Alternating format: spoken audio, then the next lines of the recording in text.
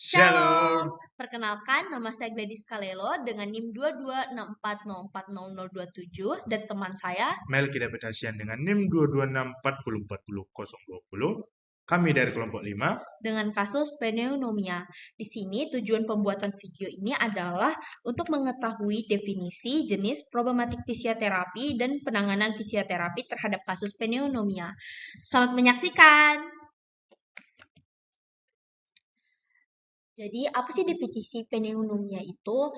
Pneumonia merupakan penyakit paru-paru di mana terdapat infeksi yang terjadi pada kantong-kantong udara dalam paru-paru yang disebabkan oleh berbagai mikroorganisme, termasuk bakteri, jamur, mikrobakteri, dan virus pneumonia.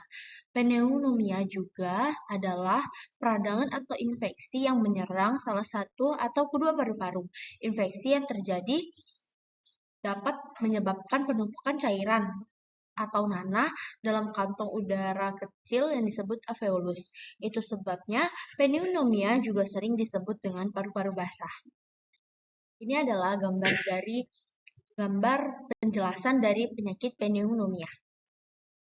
Selanjutnya ada jenis-jenis pneumonia, di mana ada pneumonia virus, pneumonia aspirasi, pneumonia jamur, dan pneumonia dari rumah sakit. Pneumonia virus ini disebabkan oleh virus RSV, dan di mana virus ini merupakan penyebab utama pneumonia pada bayi usia 1 tahun ke bawah. Selain itu, pneumonia virus juga kadang disebabkan oleh influenza tipe A dan B. Yang kedua ada aspirasi, yaitu komplikasi dari aspirasi paru, yang di mana pneumonia jenis ini terjadi karena menghirup aroma muntah atau benda asing seperti kacang tanah atau zat berbahaya seperti asap dan bahan kimia lainnya. Yang ketiga ada jamur, cenderung menyerang penderita dengan sistem kekebalan tubuh yang lemah, yang di mana pneumonia jenis ini cukup jarang terjadi. Yang terakhir ada pneumonia dari rumah sakit, terjadi ketika penderita melakukan perawatan atau operasi dari rumah sakit, dan pasien perawatan intensif yang menggunakan alat bantu pernapasan lebih berisiko terkena pneumonia jenis ini. Sekarang adalah kasus pneumonia. Seorang perempuan berusia 29 tahun masuk IGD karena sesak, mengalami mialgia dan rhinorrhea. Gejala dimulai sehari sebelumnya dan terus memburuk. Naracoba mengeluarkan cairan nasal secara signifikan, namun hanya sedikit batuk. Putranya yang berusia 4 tahun juga mengalami rhinorrhea selama 3 hari terakhir, namun tidak sakit seperti dirinya. Tidak ada riwayat medis dan pengobatan yang signifikan. Naracoba mendapat vaksin flu ketika anak pertamanya sakit 3 hari yang lalu. Semua pemeriksaan kesehatan negatif, kecuali demam, letargi, pilek, sesak, dan nyeri otot. Suhu tubuh 38,3 derajat Celcius, heart rate 105 kali per menit, respiratori 22 kali per menit, bronkopneumonia 120/76, saturasi oksigen 89%, spontan 100% dengan 2 liter kanula nasal, natrium 138, keratin 1, kalium 3,6, sel darah putih 14,2, klorida 105, hemoglobin 12,2, bikarbonat 26, hematokrin 38,4, ureum 24, platelets 356. X-ray dada juga menunjukkan bercak difus bilateral merujuk pneumonia.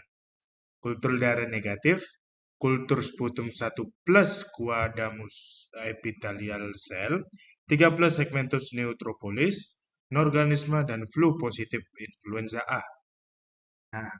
Nah, pada kasus sebelumnya ada tanda-tanda klinis yang dialami oleh penderita pneumonia, yang dimana ada demam dengan suhu 38,3 derajat Celcius, ada heart rate-nya 105 kali semenit, respiratory rate-nya atau siklus pernapasan sebesar 22 kali semenit, habis itu ada bronkopneumonia sebesar 120/76, saturasi oksigennya 89%, natriumnya ada 138, kreatinnya 1,0, kaliumnya 3,6,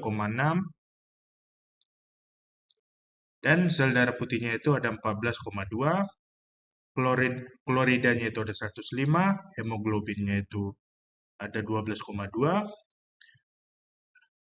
bikarbonatnya ada 26, hematokrinnya ada 38,4, ureanya itu ada 24, dan plateletnya itu ada 356. Dan yang terakhir itu ada X-ray dada menunjukkan bercak difus bilateral. Selanjutnya ada gejala klinis. Yang pertama itu ada sesak napas yang semakin parah. Yang kedua ada nyeri pada tubuh atau mialgia. Yang ketiga cairan bening yang keluar dari hidung secara signifikan atau terus-menerus atau rhinorea. Yang keempat itu sedikit batuk, kultur darah negatif, kultur sputum 1 plus squamous epithelial cells-nya, 3 plus segmented neutropolis, habis itu no organisme, dan yang terakhir itu ada flu influenza A. Nah, selanjutnya ada problematik fisioterapi dan kode ICF-nya. Yang pertama itu fungsi mental umum. Seiring perkembangannya sepanjang hidup, diperlukan untuk memahami dan mengintegrasikan fungsi mental secara konstruktif yang mengarah pada pembentukan keterampilan pribadi yang diperlukan untuk membangun interaksi sosial timbal balik, baik dari segi makna maupun tujuannya. Seperti pada autisme, itu kode ICF-nya itu B122. Selanjutnya ada sensasi perasaan tidak menyenangkan yang menunjukkan potensi kerusakan atau kerusakan aktual pada beberapa struktur tubuh, seperti ya sensasi nyeri menyeluruh atau lokal pada satu atau lebih bagian tubuh, nyeri pada dermatom, nyeri menusuk, nyeri terbakar, nyeri tumpul, nyeri pegal, dan gangguan seperti mialgia atau analgesia dan hiperalgesia. Itu kode ICF-nya B280. Selanjutnya ada fungsi mengangkat darah dari seluruh tubuh. Fungsi itu termasuk fungsi arterinya, kapiler, dan vena, fungsi vasomotornya, dan fungsi arteri, pulmonis, kapiler, dan vena. Dan juga ada fungsi katavena, penyumbatan atau penyempitan arteri, ateroklerosis, arterioklerosis, dan trombosit, dan varises. Habis itu selanjutnya ada fungsi mengirim udara ke paru-paru, pertukaran gas antara udara dan darah, dan mengembuskan udara.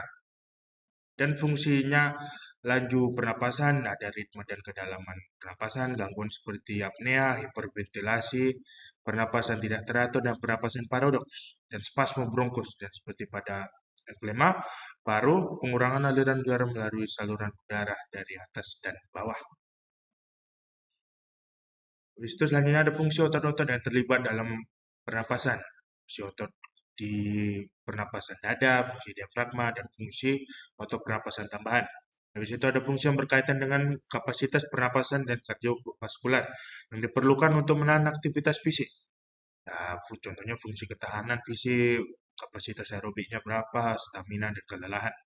Itu selanjutnya ada fungsi pengangkutan makanan melalui saluran cerna, pemecahan makanan dan penyerapan zat gizi, dan fungsi pengangkutan makanan melalui lambung dan gerakan peristaltiknya, ada pemecahan makanan di lambung, produksi dan kerja enzim di lambung dan usus, dan penyerapan nutrisi dan toleransi terhadap makanan.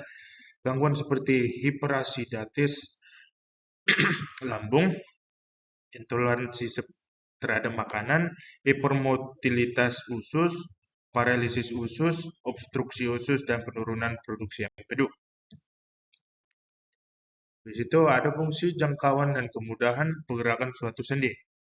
Misalnya seperti fungsi mobilitas sendi tunggal atau beberapa, tulang kita, tulang belakang, bahu, siku, dan pergelangan tangan, pinggul, lutut, pergelangan kaki, sendi kecil tangan, dan kaki, mobilitas sendi secara umum, ya seperti gangguan seperti hipermobilitas sendi atau sendi beku, atau bahu beku, atau artritis.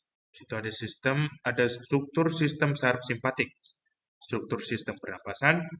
Habis itu ada masuk dan keluar dari posisi tubuh dan berpindah dari satu lokasi ke lokasi lainnya. Seperti bangun dari kursi untuk berbaring di tempat tidur dan masuk dan keluar dari posisi duduk. Berdiri berlutut atau jongkok, termasuk mengubah posisi tubuh dari berbaring, dari jongkok atau berlutut, dari duduk atau berdiri, dan berguling membungkuk dan menggeser pusat gravitasi tubuh kita. Habis itu ada bergerak menyusuri suatu permukaan dengan berjalan kaki. Selangkah demi selangkah, sehingga salah satu kaki selalu menginjak tanah seperti saat berjalan, melenggang, berjalan maju, mundur, atau menyamping, termasuk berjalan jarak pendek atau jarak jauh, dan berjalan di permukaan yang berbeda, berjalan di sekitar rintangan atau sebagainya. Habis itu ada benda atau zat apapun yang berasal dari alam atau buatan manusia yang dikumpulkan, diproses atau dibuat untuk dikonsumsi. Habis itu ada fitur benteng alam dan badan air. Ya, contoh ciri-ciri geografi yang termasuk dalam orografi, relief, kualitas, dan hamparan tanah. Dan benteng alam termasuk ketinggian. Dan hidrografi perairan seperti danau, sungai, laut, dan yang berbentuk air-air lah. Baik, selanjutnya ada penanganan dokter. Penanganan dokter pada kasus pneumonia ini akan meliputi pemberian terapi antibiotik untuk mengobati infeksi pneumonia, terapi oksigen untuk meningkatkan saturasi oksigen yang rendah, serta terapi cairan dan makanan yang cukup untuk mempertahankan status hidrasi dan nutrisi pasien. Dokter dapat memilih antibiotik yang sesuai dengan jenis bakteri yang diduga sebagai penyebab pneumonia, atau dapat menggunakan antibiotik spektrum luas jika jenis bakteri belum diketahui. Dalam kasus ini, pasien juga ditemukan positif flu A, sehingga terapi antivirus juga dapat dipertimbangkan untuk mengobati flu. Pasien juga perlu diisolasi untuk menghindari penyebaran flu ke orang lain. Dokter akan memantau kondisi pasien setiap hari dan memastikan bahwa terapi yang diberikan efektif membantu pasien dalam pemulihan. Jika terapi yang diberikan tidak efektif atau kondisi pasien memburuk, dapat melakukan tindakan lain seperti ventilasi mekanik atau transfer ke ICU. Selanjutnya adalah obat-obatan yang digunakan dokter untuk menangani pasien yang mengalami pneumonia.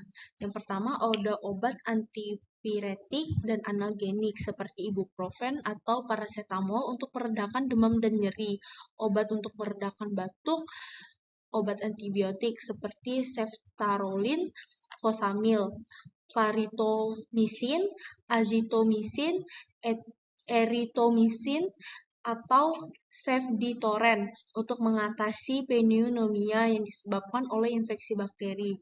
Obat antivirus seperti acyclovir, esoftamivir, atau ketoconazole untuk mengatasi pneumonia yang disebabkan oleh infeksi virus. Obat anti jamur seperti fluconazole, voriconazole, atau itraconazole untuk mengatasi pneumonia yang disebabkan oleh infeksi jamur. Selanjutnya, penanganan fisioterapi secara umum kepada pasien yang mengalami pneumonia, yaitu dengan memberikan infrared dan chest fisioterapi atau chest PT. Chest fisioterapi yang dapat diberikan berupa postural direct, dan selanjutnya ada inframerah adalah radiasi elektromagnetik dengan panjang gelombang lebih panjang dari cahaya tampak dan lebih pendek dari gelombang radio. Oleh karena itu, ia tidak terlihat oleh mata manusia. IR secara umum dipahami mencakup panjang gelombang dari sekitar 1 mm sehingga tepi merah nominal spektrum tampak sekitar 700 nanometer. Selanjutnya ada terapi fisik dada atau CPT atau chest PT, adalah teknik pembersihan saluran nafas untuk mengeringkan paru-paru dan dapat mencakup perkusi atau pertepuk tangan, getaran pernapasan dalam, dan terengah-engah atau batuk. Selanjutnya, penanganan fisioterapi. Fisioterapi dapat membantu pasien dengan pneumonia untuk meningkatkan fungsi pernapasan dan mengurangi komplikasi serta atelektasi, pneumonia parah, dan infeksi organ lainnya. Teknik Fisioterapi saat ini telah menjadi standar perawatan pasien pneumonia akut dan kronis. Adapun penanganan fisioterapi yang dapat dilakukan pada kasus tersebut antara lain satu, latihan pernapasan. Terapi latihan pernapasan dapat membantu memperkuat otot-otot pernapasan dan meningkatkan kapasitas paru-paru. Ini termasuk teknik nafas dalam-dalam, dalam-dalam mengeluarkan nafas, inspirasi, spiro, dan teknik tekanan positif. Kedua, posisi terapi. Beberapa teknik posisi terapi yang digunakan untuk pasien dengan pneumonia akut dan kronis meliputi posisi duduk, miring, berdiri dengan menjulur, posisi Trendelenburg, dan posisi side lying. Habis itu ada terapi perkusi, yang dimana terapi perkusi adalah teknik yang menggunakan getaran dan guncangan untuk membantu mengeluarkan lendir dari paru-paru. Terapi fisik ini dilakukan dengan bantuan palu perkusi dan pada bagian punggung agar pengeluaran lendir pada paru. Keempat, ada mode pendukung, seperti penggunaan CPAP atau Continuous Positive Air Pressure atau BIPAP, Bilevel Positive Air Pressure, dapat membantu meningkatkan fungsi respirasi dan mengeluarkan lendir dari sistem pernapasan yang tersumbat. 5. Olahraga ringan dan peregangan. Latihan ringan dan peregangan dapat membantu meningkatkan fleksibilitas dan kekuatan otot-otot pernapasan dan meningkatkan fungsi ekspansi paru-paru. Keenam, terapi kejut listrik. Teknik ini dengan memberikan rangsangan listrik pada otot-otot pernapasan untuk meningkatkan kontraksi otot-otot dan kapasitas paru-paru. Selain itu, penting untuk memberikan dukungan psikologis yang memadai untuk meningkatkan kualitas hidup pasien. Selama proses pemulihan, pasien harus mengikuti instruksi medis dan menjalani terapi fisioterapi secara teratur untuk mempercepat proses pemulihan. Nah, habis itu ada dampak medis kepada pasien. Dampak dari obat-obatan tersebut bergantung pada kondisi medis atau kesehatan pasien yang mengonsumsinya, yang dimana beberapa dampak umum dari obat antipiretik dan analgetik adalah mual, muntah, sakit kepala, dan bronkulit. Obat batuk dapat menyebabkan kantuk, sakit kepala, mual, dan pusing. Antibiotik dapat menyebabkan diare, mual, muntah, dan bronkulit. Obat antivirus dapat menyebabkan sakit kepala, kelelahan, dan sakit perut. Obat anti jamur dapat menyebabkan sakit kepala, kelelahan, dan masalah pencernaan. Selalu konsultasikan dengan dokter sebelum mengonsumsi obat-obatan tersebut. Nah, selanjutnya ada patologi. Pada saat mikroorganisme berhasil masuk ke alveolus, akan difagosit oleh makrofag alveolar, yang di mana pneumonia akan muncul pada saat kemampuan makrofag membunuh mikroorganisme lebih rendah dari kemampuan mikroorganisme bertahan hidup. Jadi makrofag lain akan menginisiasi respon inflamasi host. Pada saat inilah manifestasi klinis pneumonia akan muncul. Respon inflamasi tubuh tersebut akan memicu pengelepasan mediator inflamasi seperti IL atau interleukin 1 dan TNF atau tumor necrosis factor yang akan menghasilkan demam. Neutrofil akan berimigrasi ke paru-paru dan menyebabkan leukasitosis perifer sehingga meningkatkan sekresi purulent, yang dimana mediator inflamasi dan neutrofil akan menyebabkan kebocoran kapiler alveolar lokal. Bahkan eritrosit dapat keluar akibat kebocoran ini dan menyebabkan hepatitis, yang dimana kebocoran kapiler ini menyebabkan penampakan infiltrat pada hasil radiografi dan rales pada auskultasi serta hipoksema akibat terisinya alveolar. Pada keadaan tertentu, bakteri patogen dapat menyebabkan vasokonstriksi hipoksik yang biasanya muncul pada alveoli yang terisi cairan. Hal ini akan menyebabkan hipotesis berat, yang dimana jika proses ini memberat atau menyebabkan perubahan mekanisme paru-paru dan volume paru-paru dan shunting aliran darah sehingga berujung kepada kematian. Sekarang kita akan masuk ke regenerasi dari pasien pneumonia. Regenerasi pneumonia berkaitan dengan pemulihan dan perbaikan struktur paru-paru yang telah rusak akibat pneumonia. Ketika terjadi pneumonia, terjadi peradangan atau inflamasi pada jaringan paru-paru yang dapat merusak sel-sel paru-paru. Hal ini dapat mengganggu fungsi pernapasan dan membuat paru-paru lebih rentan terhadap infeksi atau komplikasi lainnya. Namun, tubuh memiliki kemampuan untuk memperbaiki dan meregenerasi jaringan paru-paru yang rusak. Regenerasi pneumonia dapat terjadi ketika sel-sel paru-paru yang rusak berganti dengan sel-sel baru dan sehat. Hal ini dapat memperbaiki fungsi pernapasan dan mengembalikan kesehatan paru-paru. Proses regenerasi pneumonia dapat memakan waktu dan beberapa tergantung pada tingkat kerusakan yang terjadi. Beberapa faktor yang dapat mempengaruhi regenerasi pneumonia antara lain kesehatan umum pasien, usia, dan kesehatan sistem pernapasan. Oleh karena itu, penting untuk menjalani perawatan yang tepat dan mengikuti instruksi dokter dengan benar agar proses regenerasi pneumonia dapat berjalan dengan baik dan mempercepat pemulihan kesehatan paru-paru. Selanjutnya ada prognosis pada pasien. Jadi dalam kasus pasien ini, terapi antibiotik dan antiviral juga diperlukan. Pasien ini memiliki hasil positif flu influenza A, sehingga penting untuk memberikan terapi antivirus yang sesuai. Pengobatan antibiotik diberikan tergantung pada jenis pneumonia yang diderita pasien tersebut dan tergantung pada bakteri atau virus yang menyebabkannya.